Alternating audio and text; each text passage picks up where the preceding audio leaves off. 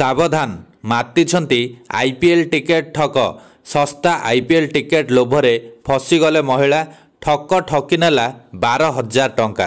आसंतु जानिबा एहार services खबर विषय।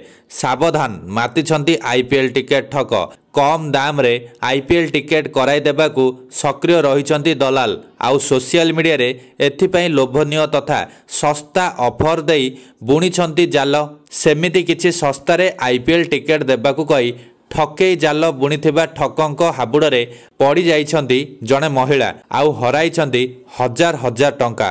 महिला को महंगा पड़िला सस्तारे आईपीएल टिकेट मिलवा विज्ञापन रे क्लिक करिबा। इंस्टाग्राम रो एही मिछ विज्ञापन छू छू अकाउंट रु सीधा कटिगला 12,000 टंका। आईपीएल महायुद्ध आरंभ हो जाइतिबा बेले एहा आगुरु आसीछि एभली ठकेई खबर। तेबे कोलकातार गिरीश पार्क थाना अंतर्गत जड़े महिला मार्च 15 रे इंस्टाग्राम रे सस्तारे आईपीएल टिकेट नामक एक विज्ञापन देखि क्लिक करथिले।